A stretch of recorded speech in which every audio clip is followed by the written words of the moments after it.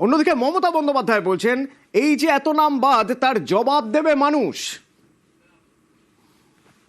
আমার ভবানীপুরেও প্রায় প্রথমে বাদ দিয়েছিল 48,000, তারপরে অ্যাডজুডিকেশনে 14,000, মাত্র 2,57,000 ভোটের মধ্যে 60,000 বাদের খাতায়। তাতে কি আছে? চুরি করে জিতেছিল আগের বার, বলছে ভবানীপুরেও জিতব, বলে ঘেচু জিতবে। তোমাদের দেবার জন্য মানুষ তৈরি আছে।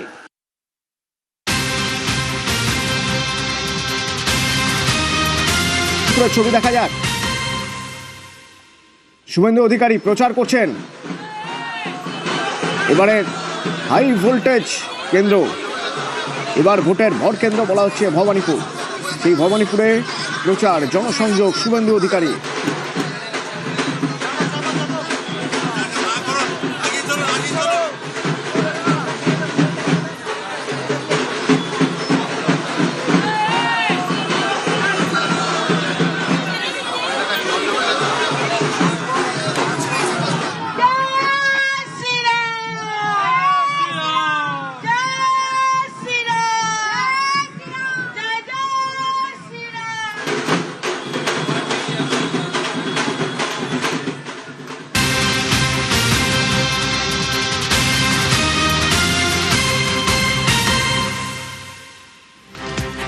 বিচারাধীন বিচার, সেই বিচারাধীন বিচারে কোপ মুসলিম ভোটে সবচেয়ে বেশি নাম বাদ মালদা মুর্শিদাবাদে।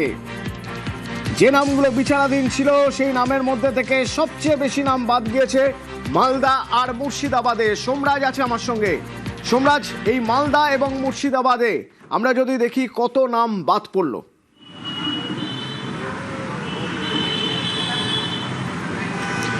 দেখো, দেখা যাচ্ছে মুর্শিদাবাদ জেলার যদি বিধানসভা ভিত্তিক হিসাব করা যায় তাহলে মুর্শিদাবাদ জেলার একাধিক বিধানসভায় 30,000 থেকে 70,000 পর্যন্ত নাম বাদ পড়েছে আন্ডার অ্যাডজুডিকেশনে যারা ছিল তাদের মধ্যে থেকে।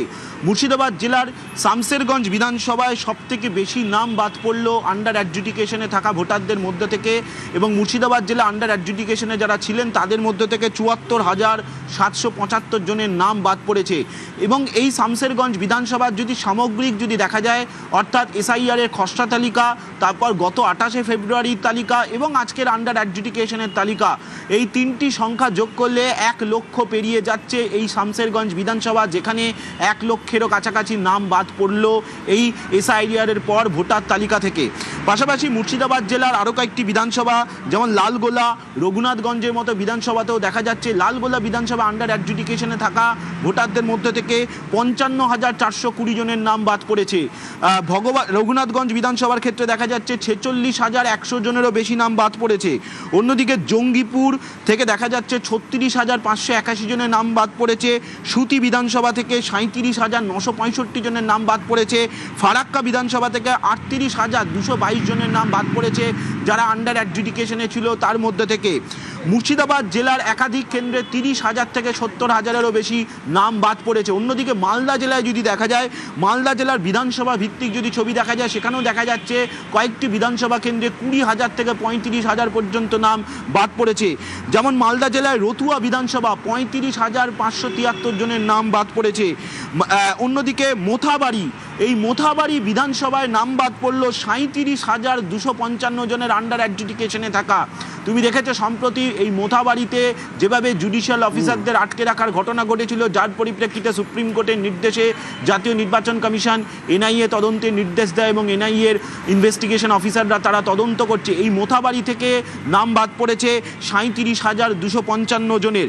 সুজাপুর থেকে নাম বাদ পড়েছে 26,829 জনের। মালতীপুর থেকে নাম বাদ পড়েছে প্রায় 30,000-এর কাছাকাছি আন্ডার অ্যাডজুডিকেশনে থাকা।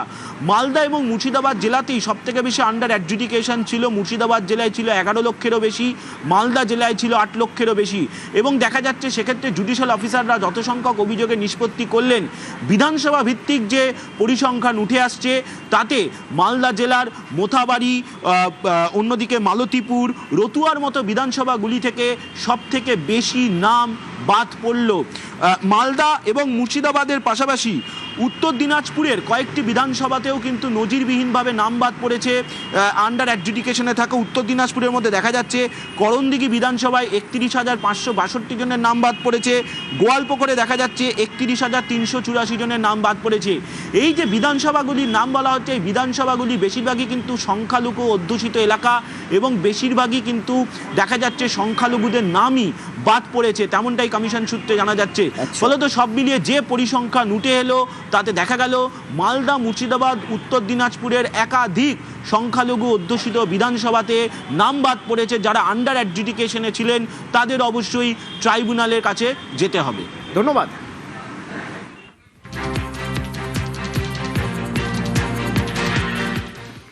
একদিকে নামবাদ, আরেকদিকে নামাবলি কেন? তার কারণ বিজেপি সর্বভারতীয় সভাপতি নীতিন নবীন তিনি যখন এলেন ভোট প্রচারে এসে তিনি বলছেন যে আলিপুরদুয়ার থেকে ইসলামপুর নাম বদল করে দেওয়া হবে, 4 মের পরেই বদলে যাবে নাম, যার পাল্টা দিতে ছাড়েনি তৃণমূল। हम इस अलीपुर द्वार से लेकर इस्लामपुर तक निश्चित रूप से ऐसे नाम, ऐसे शब्द जो पश्चिम बंगाल के संस्कृति के विपरीत हो, पश्चिम बंगाल के लोगों की भावना के विपरीत हो, उसको नहीं रहने देंगे।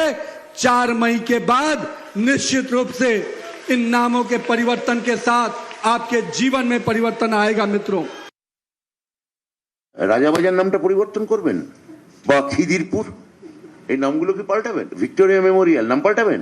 এ তো ঔপনিবেশিক স্মৃতি বহন করছে, কুইন ভিক্টোরিয়া স্মৃতি। ভাই, অতীত ইতিহাসের আপনি চাইলেও সব বদলাতে পারবেন না। অনেকে এখনো জানে না মিন্টো পার্কের অ্যাকচুয়াল নাম কি। লোকে তাকে মিন্টো পার্ক বলেই ডাকে। কোনটা অনেক ভারতবাসী জানে না, কোনটা দীনদয়াল উপাধ্যায়ের নামে স্টেশন হয়েছে আর কোনটাই বা কোন কোন পোর্ট শ্রী অটল বিহারী বাজপেয়ীজির নামে হয়েছে বা শ্রী শ্যামাপ্রসাদ মুখোপাধ্যায়ের নামে হয়েছে।